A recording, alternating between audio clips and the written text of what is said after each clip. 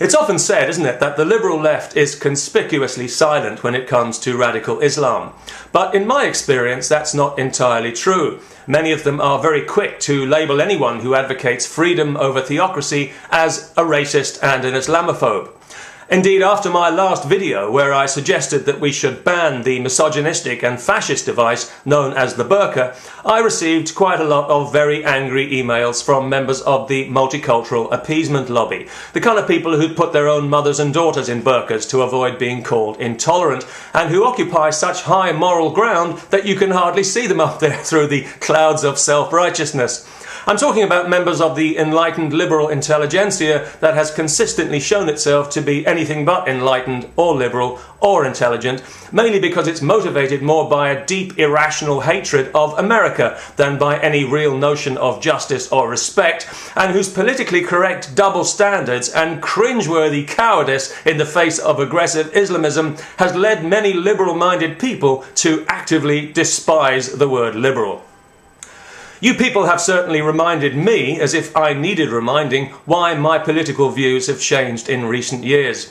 You see, foolishly perhaps, I used to take freedom for granted, but now, thanks to ultra-tolerant, self-hating, multicultural lemmings like you, I don't.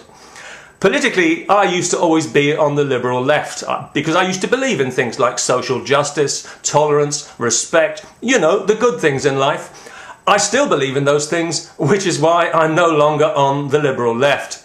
Because I believe that in aligning itself as it has so completely with the fascism of Islam, and in colluding with an ideology that wants to victimize minorities and kill people for their lifestyle, the liberal left has lost its way, lost its moral authority, and become a threat to our freedom. The medicine has become the disease. And I don't want to be contaminated, so where does that leave me now, politically? Does it leave me on the right? No, because that's the last place I want to be, so I suppose it leaves me somewhere in the middle, not knowing which way to turn, because my natural constituency has been poisoned by people like you, and I can't tell you how much I resent that. Actually, I probably could, but it might take a while.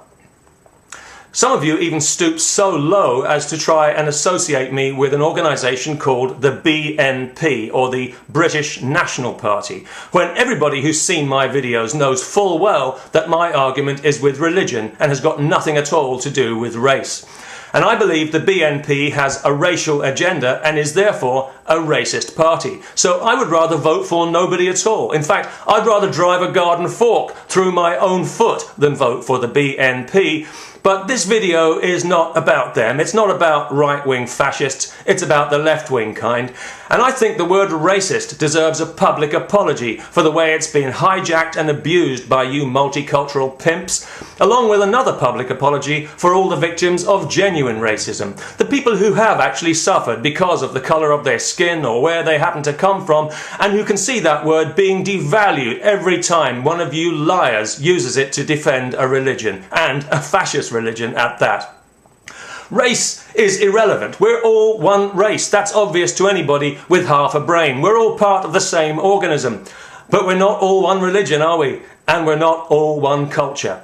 And the truth is, and this is the truth, whether you clowns want to hear it or not, that many people in the West feel that we are being invaded, yes, that's the word, invaded, by a religion and a culture whose values we totally reject. Not because we're racists, but because the values themselves are degrading and offensive. The whole point of female concealment in Islamic society is that men are not expected to take responsibility for their sexual urges. So any woman who is not covered up from head to toe is asking to be raped. The burqa, therefore, legitimizes rape. It apologizes for rape. It justifies rape.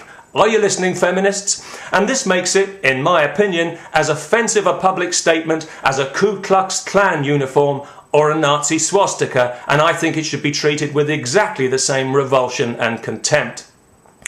And as for the free choice argument that you like to defend so disingenuously, well, walking around naked is a free choice. Wearing a ski mask into a bank is a free choice, but in neither case would you get away with it for very long.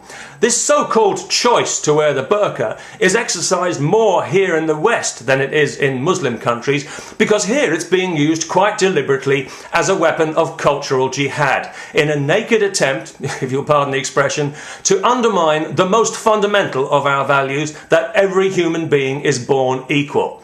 In Islam, as you may have noticed, every human being is not born equal, not by a long way. And this does present us with a problem in the liberal West, the solution to which is not that we should show how reasonable and tolerant we are by compromising our principles, effectively turning them inside out so as not to cause offence. No, the solution is for Muslim men to start treating women as equals and not as possessions. That's the only solution. It's not negotiable, and saying so doesn't make anybody a racist. Sorry. As for Islamophobia, well, just because somebody offends you with their opinion, it doesn't give you the right to saddle them with a clinical condition. There is no such thing as Islamophobia. It simply doesn't exist. And most people now realise just what a cynical, manipulative lie that word really is. Suspicion of or dislike of Islam is not a phobia, it's an honest, healthy reaction to the evidence that's been provided. But although Islamophobia doesn't exist, I'll tell you what does exist in great abundance, and that's Islamo-nausea in people who are absolutely sick of Islam and its multicultural apologists.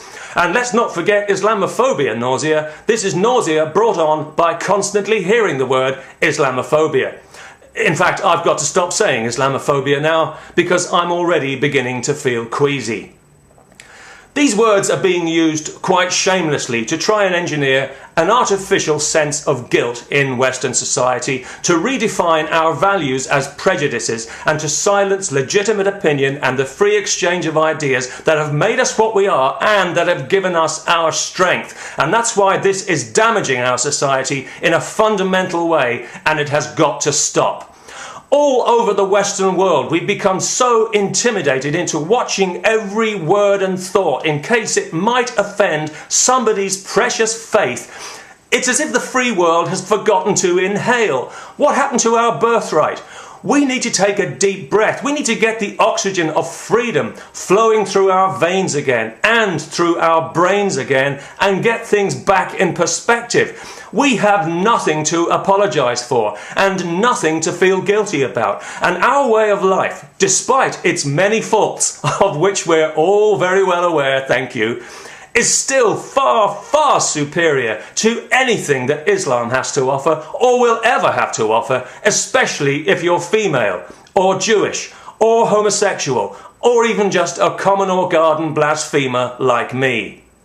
That is the truth. And most people in the Western world realise it's the truth, and there's absolutely nothing wrong with them saying so as loudly and as often as they like. And you lefty, liberal, multicultural appeasement monkeys, you're not going to like it, and you're certainly not going to want to speak out for the values that give you the freedom to be the useful idiots you are. But if you could at least find it in your miserable, frightened little hearts not to slander those of us who do as racists, we'd all be very grateful.